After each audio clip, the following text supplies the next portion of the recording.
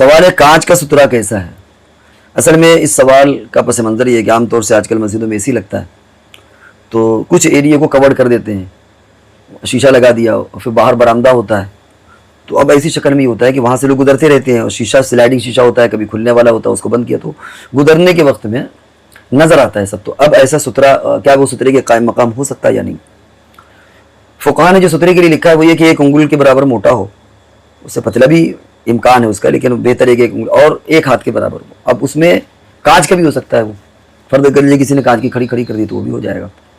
اصل سترہ اس لیے ہوتا ہے کہ آدمی متنبہ ہو جائے، نمازی کے آگے سے نہ گزرے، اور اگر گزرے تو گزرنے والا سترے کے باہر سے گزرے، تاکہ بندے کا اور اللہ کے درمیان جو ایک ربط ہے اس میں ایسا محسوس ہونا جسے بندہ مخل بن رہا ہے، گزرنے والا کاٹ رہا ہے اس تعلق کو۔ تو یہ سترے کی حکمت۔ تو اب اس اعتبار سے آپ دیکھیں تو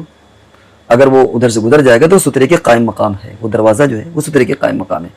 محض اس لیے کہ وہ نظر آ رہا ہے آر پار، اس کی وجہ سے اسے سترہ نہ کہا جائے تو ایسا نہیں ہے، وہ بہرحال سترہ ہے کیونکہ وہ ایک دیوار کے قائم مقام ہے۔ یا آپ ایسا سمجھ لیجیے جیسے کوئی ٹرانسپیرنٹ دیوار کھڑی کر دی جائے،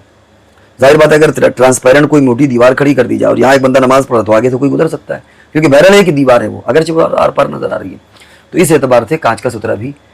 لگا سکتے ہیں، اور یہ جو اس طرح کے دروازے ہوتے ہیں یہ سترے کے قائم مقام ہے، ان سے سترہ ادا ہو جائے گا۔